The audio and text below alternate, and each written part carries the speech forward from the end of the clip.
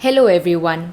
Today we're exploring an essential topic in cybersecurity, system hacking. This is a technique used by hackers to gain unauthorized access to computer systems by exploiting vulnerabilities in software, networks, or even passwords. System hacking plays a critical role in cyber attacks, making it vital to understand how it works and how to defend against it. So, what exactly is system hacking, and what measures can we take to protect our systems from these attacks? But before we move on with this session, make sure that you have subscribed to our channel and clicked on this bell icon so that you may never miss on any update from us. So, what is ethical hacking and why is it important? As technology is growing at a very fast pace, so is the growth and the risk associated with it. So, to beat a hacker, it is necessary to think like one. Ethical hacking is necessary as it allows counterattacks from malicious hackers by anticipating methods used by them to break into a system. It helps to predict various possible vulnerabilities well in advance and also rectify them without incurring any kind of outside attack. As hacking involves creative thinking, vulnerability testing, and security audits alone cannot ensure that the network is secure. So, to achieve security, organizations must implement a defense in depth strategy by penetrating their networks to estimate and expose vulnerabilities.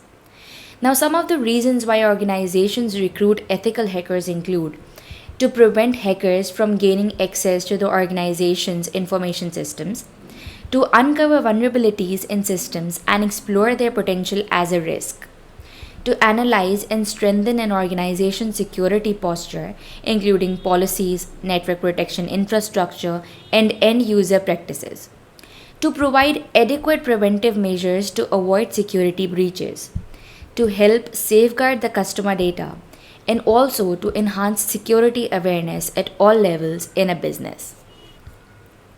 Now, let's understand what exactly is system hacking. System hacking is the process of testing computer systems and software for security vulnerabilities that an attacker could exploit to gain access to the organization's systems to steal or misuse sensitive information. System hacking is one of the most important and sometimes the ultimate goal of an attacker.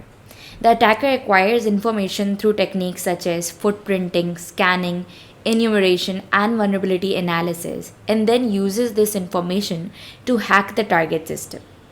Now, the information collected from these techniques will include a list of valid usernames, email addresses, passwords, groups, IP range, operating system, hardware and software versions, shares, protocols, and services information, and other details.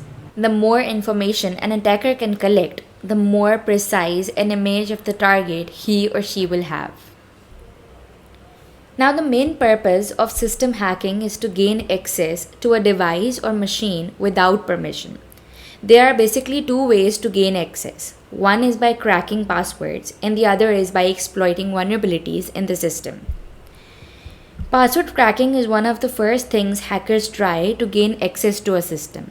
It's all about breaking passwords stored in a system or transmitted over a network.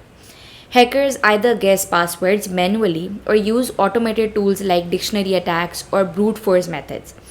Most of the time, they succeed because people use weak or easy to guess passwords.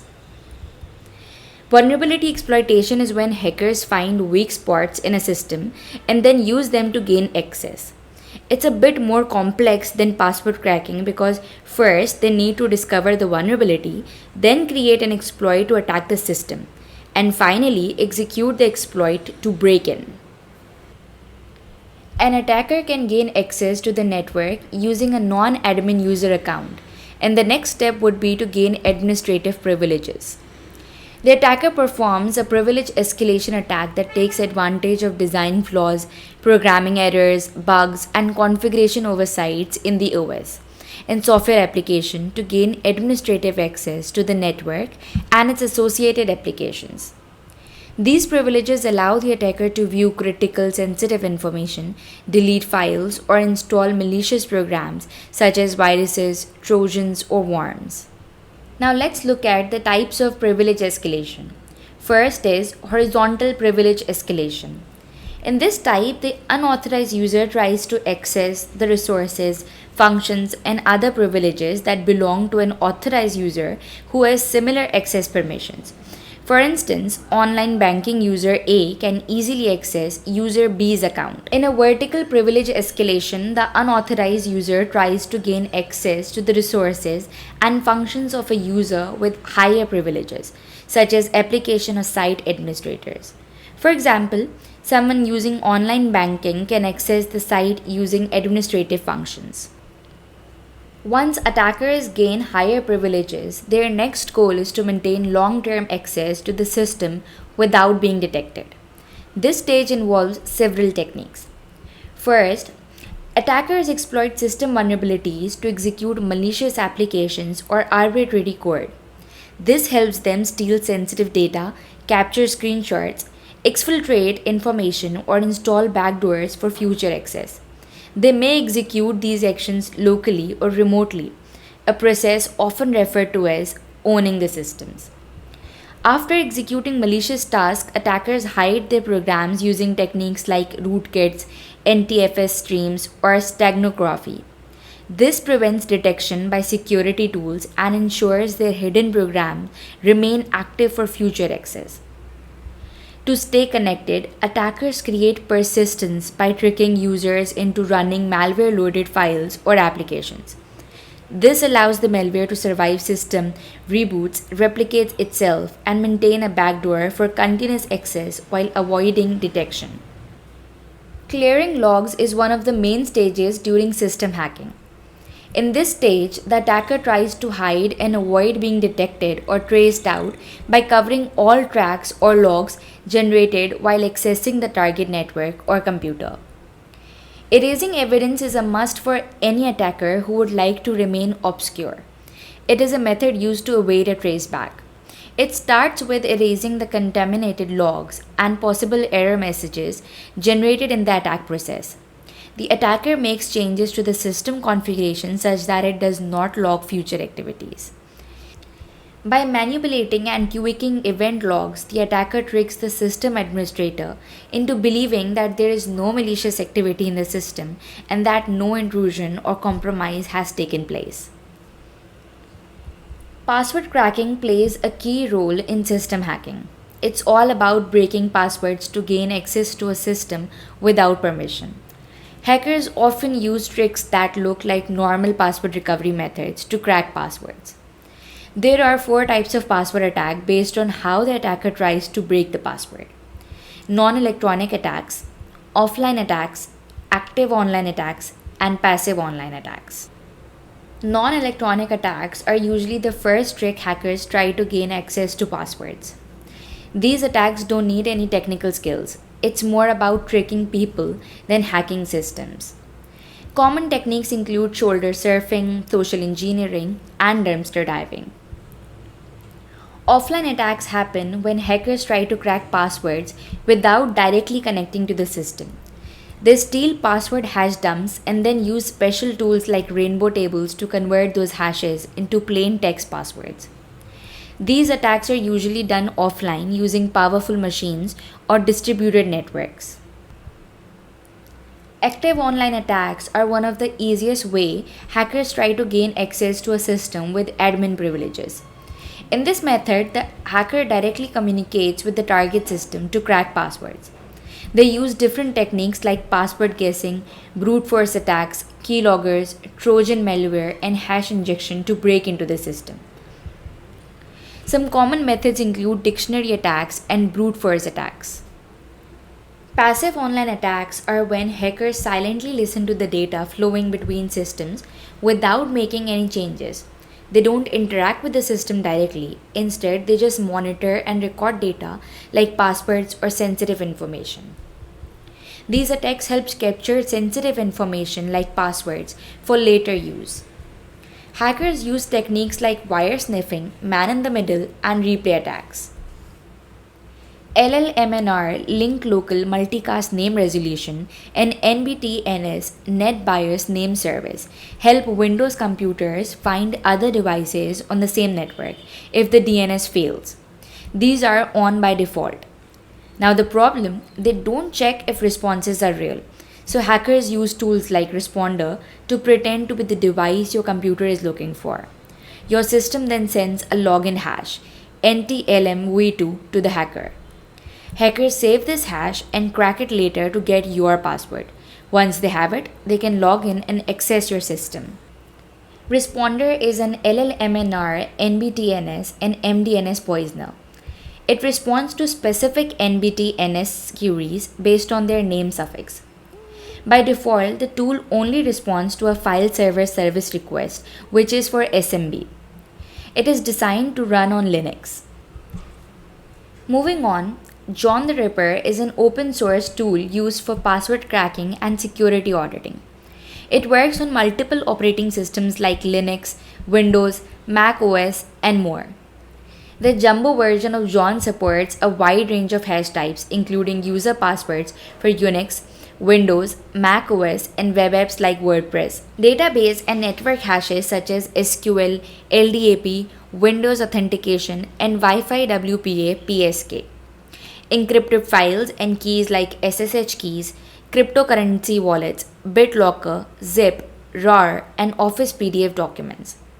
It helps recover passwords and test password strength in various systems and applications. Wireshark is a free open source tool used to capture and analyze network traffic. It helps you see what's happening on your network in detail, just like a voltmeter helps electricians check wires, but for network cables. Wireshark captures data packets from network connections like Ethernet and Wi-Fi in real time. You can think of it as a digital fishing net, catching every bit of data flowing through the network. It understands and shows details of different protocols like HTTP, TCP, UDP, DNS, and many more, helping you see how devices communicate. You can easily filter traffic by source, destination, protocol, and more to focus on what matters.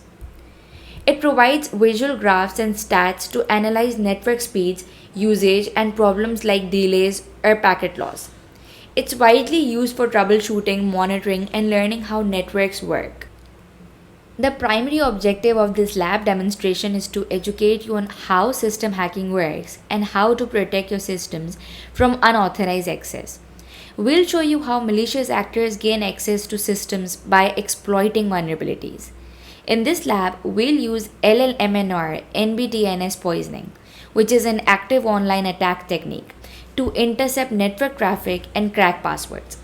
You'll also learn how attackers crack the hash value using John the Ripper tool. Before starting a lab demonstration, let's consider a scenario. Alice, a certified ethical hacker at Ames Software House in Illinois, Chicago, is tasked to show how malicious actors gain access to systems by cracking passwords. The company noticed that its employees' PCs were compromised due to weak passwords, which allowed hackers to steal sensitive company data.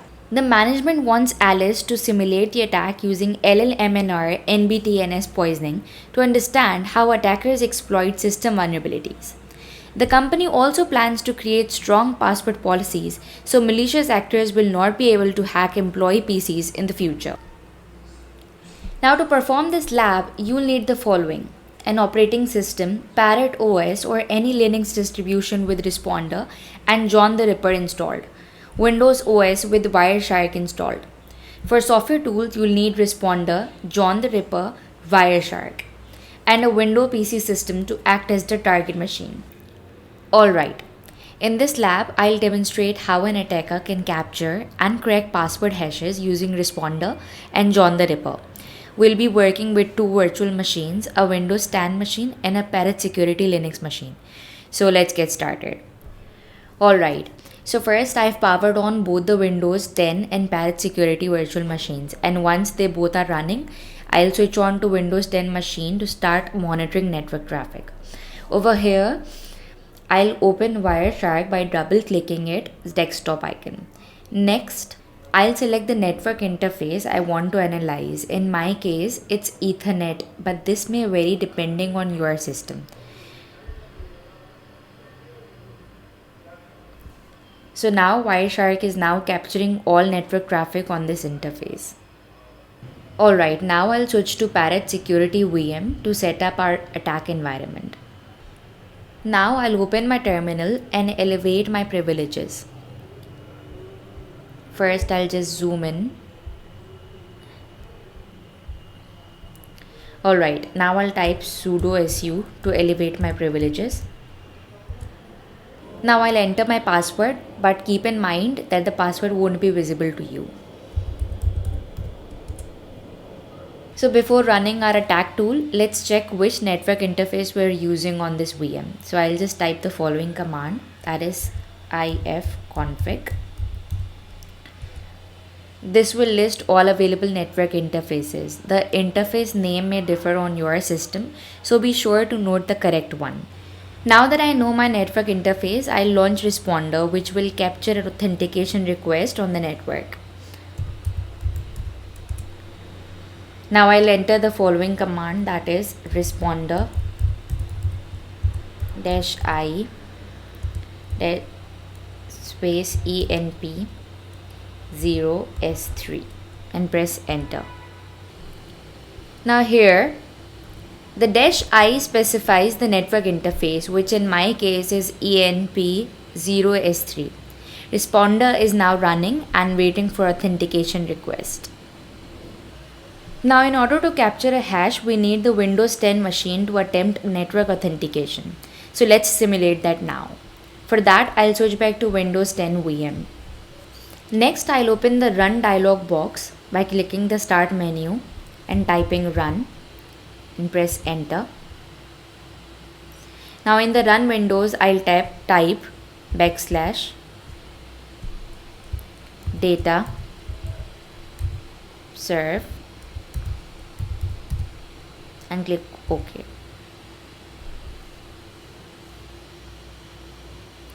Now this action forces the Windows machine to send an authentication request over the network.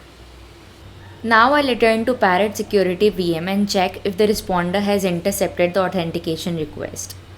And as you can see, responder has captured the authentication hash from the Windows 10 machine. Now these hashes are stored in responder's log directory by default.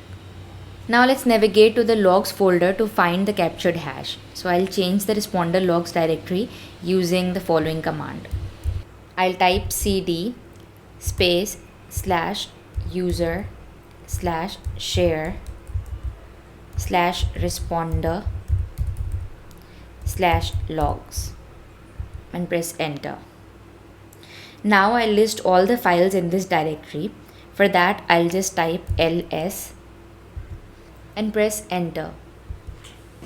Now to view the captured hash, I'll open the smb log file using the cat command. For that, I'll just type cat. I'm going to copy this file name. I'm going to paste it over here and press enter. Now I can see the hashed credentials from the Windows 10 machine. Now let's attempt to crack the captured hash using John the Ripper. For that, I'll run John smb and I'll paste the file name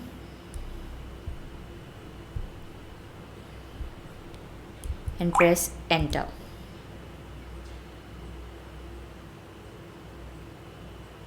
So as we can see, John the Ripper has tried to decrypt the hash into plain text.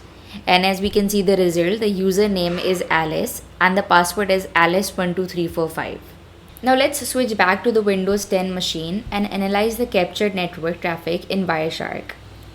Now over here, we'll use the search bar to filter for LLMNR packets and we'll type LLMNR and press enter. Now we can see all the LLMNR packets being broadcast on the network. Now let's try the same attack on another Windows 10 machine that has a stronger password. So I'll log into a different Windows 10 VM with a complex password and repeat all the previous steps. So now I'm going to enter my password.